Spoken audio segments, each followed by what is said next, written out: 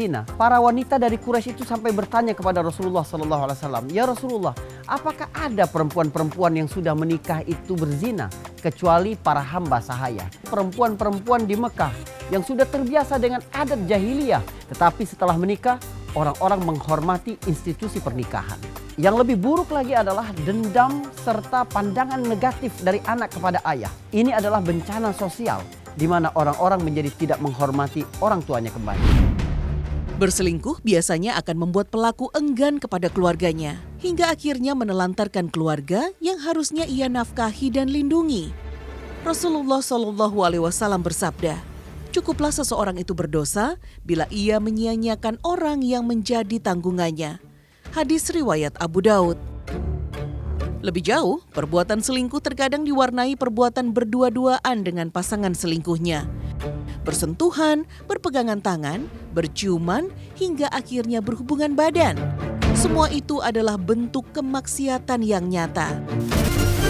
Dalam riwayat lainnya, Rasulullah bersabda, "Ditusuknya kepala seseorang dengan pasak dari besi, sungguh itu lebih baik baginya daripada menyentuh wanita yang tidak halal baginya atau bukan mahramnya."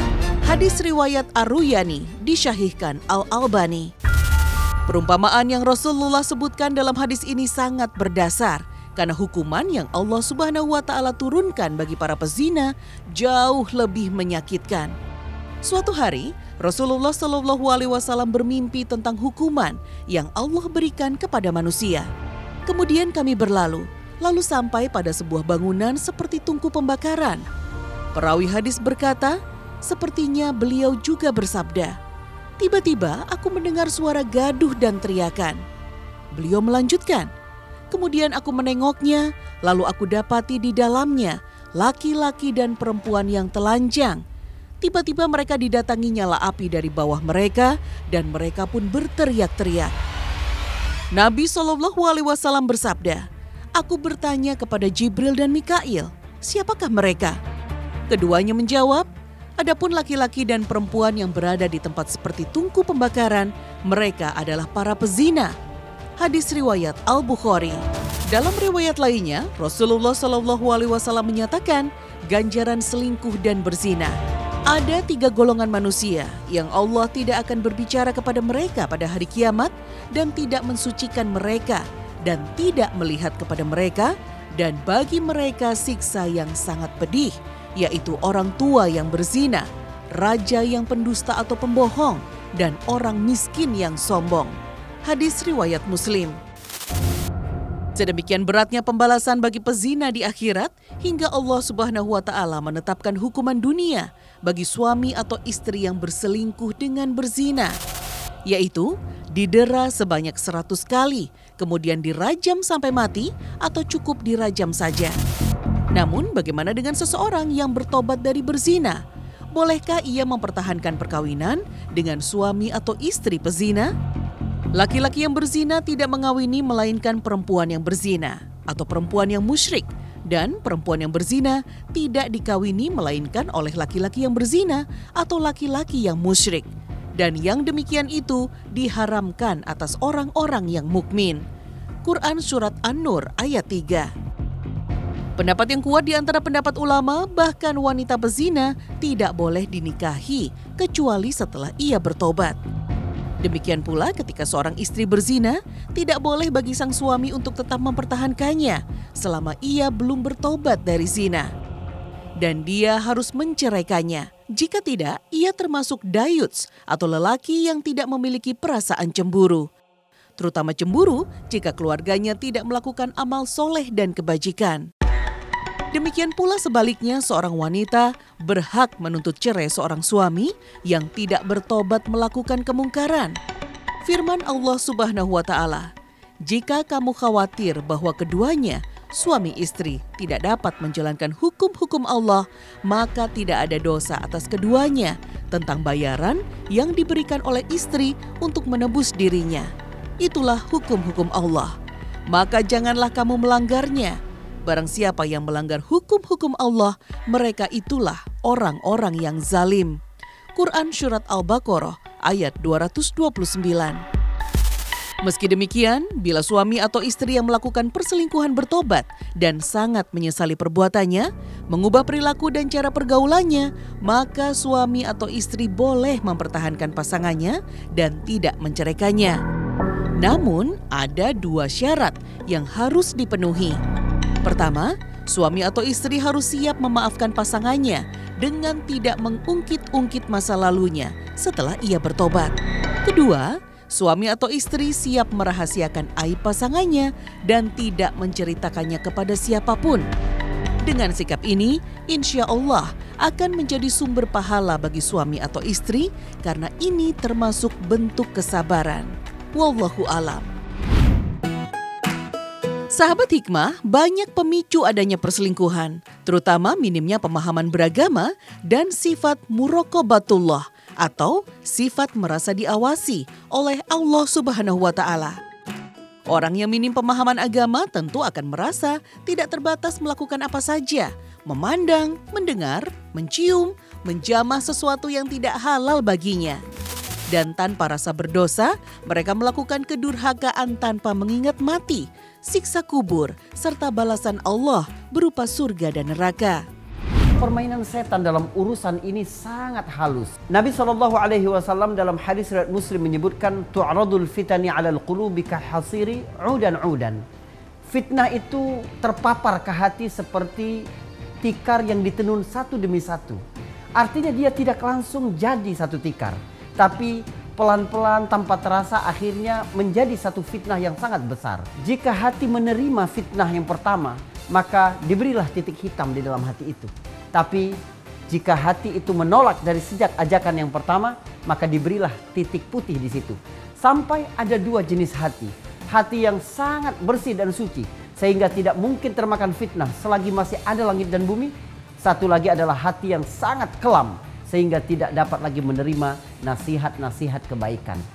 Sahabat hikmah yang dirahmati oleh Allah Subhanahu wa Ta'ala, mustahil seseorang yang melakukan perzinahan atau selingkuh dalam makna yang sebenarnya itu langsung melakukan perselingkuhan dalam dosa yang sangat besar itu. Pastilah ada muqaddimah, ada permulaan-permulaan yang oleh pelakunya dianggap kalau cuma begini tidak mengapa. Maka itu berarti hatinya menerima. Setan pun memulai fitnah baru lagi, meningkat satu demi satu, sampai akhirnya rapuhlah keluarga itu dan seseorang jatuh ke dalam kehinaan yang sebenarnya. Pemicu kedua adalah pergaulan bebas antara laki-laki dan perempuan. Adanya ikhtilaf atau campur baur antara lelaki dan wanita di berbagai tempat semakin membuka ruang gerak perselingkuhan. Betapa banyak percikan perselingkuhan tercipta dari obrolan ringan, dilanjutkan dengan saling curhat tentang masalah rumah tangga, hingga akhirnya timbul perasaan iba, kasihan, dan simpatik.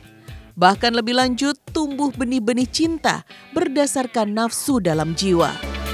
Pemicu berikutnya adalah kurang tercapainya kepuasan dalam perkawinan, serta minimnya komitmen berumah tangga. Setiap suami ataupun istri pasti punya harapan terhadap pasangan, baik kondisi fisik atau kepuasan lahir, ataupun keinginan yang berkaitan dengan perasaan dan kepuasan batin. Bila perasaan kurang puas dibiarkan berlarut-larut dan tidak ada pula komunikasi efektif serta media untuk saling memahami, tentu akan menimbulkan kekecewaan dalam perkawinan. Pemicu berikutnya adalah banyaknya wanita yang bertabaruj. Tabaruj artinya memperlihatkan aurat dan perhiasan yang seharusnya tidak boleh tampak, termasuk di dalamnya mengenakan parfum yang menarik perhatian orang sekitarnya, pakaian yang memperlihatkan lekuk tubuh, dan perilaku serta gaya yang menggoda. Firman Allah dalam Al-Quran, "Hendaklah kalian para wanita tetap di rumah kalian, dan janganlah kalian bertabaruj, dan seperti tabaruj orang-orang jahiliyah yang dahulu." Quran Surat Al-Ahzab ayat 33. Sahabat hikmah, tidak hanya pelaku perselingkuhan dan perzinahan yang mendapatkan azab dari Allah Subhanahu wa Ta'ala. Bahkan orang-orang yang mendukung rusaknya hubungan suami istri orang lain akan mendapatkan ancaman serius. Rasulullah bersabda, "Bukan dari pengikut kami orang yang menipu, melakukan tipu daya dan merusak kepercayaan seseorang perempuan atas suaminya.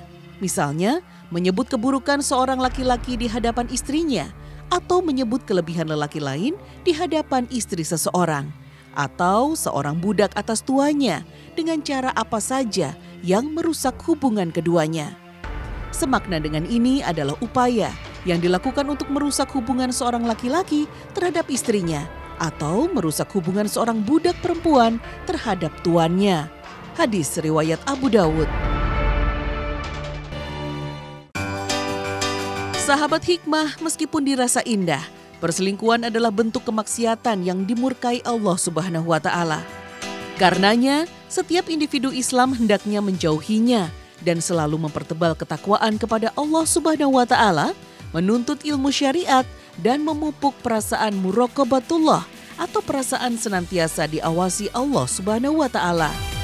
Untuk menghindari terjadinya perselingkuhan bisa dilakukan dengan berbagai cara. Pertama adalah selalu bergaul dengan teman-teman yang soleh, sebab orang-orang soleh selalu menghindari pembicaraan yang sia-sia.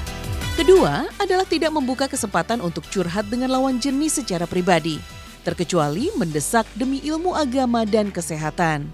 Rasulullah SAW bersabda, "Janganlah salah seorang dari kalian berkhalwat atau berdua-duaan dan tersembunyi dari pandangan khalayak dengan seorang wanita, karena sesungguhnya syaitan menjadi orang ketiga di antara mereka berdua." Hadis riwayat Ahmad. Cara ketiga menjauhi perselingkuhan adalah senantiasa menghindari ruangan yang bercampur baur antara lelaki dan perempuan serta selalu menundukkan pandangan. Dengan menundukkan pandangan maka kita hanya mencukupkan diri pada pasangan halal kita. Keempat adalah perbaiki sholat dan perbanyak zikir. Sholat yang sempurna dan khusyuk dapat mencegah dari perbuatan keji dan mungkar. Sedangkan dengan berzikir dan selalu mengingat Allah akan memupuk perasaan dekat dan muraqabatullah. Cara terakhir bagi wanita adalah menutup aurat dengan sempurna. Jangan bertabarruj di hadapan lelaki bukan mahram. Berkatalah tegas dan lugas di hadapan lawan jenis dan bukan dengan nada yang manja, menggoda yang diiringi dengan canda tawa. Mudah-mudahan kita semua mendapatkan perlindungan dari Allah Subhanahu wa Ta'ala dan bisa terhindar dari segala kemaksiatan yang ada. Amin ya Robbal Alamin.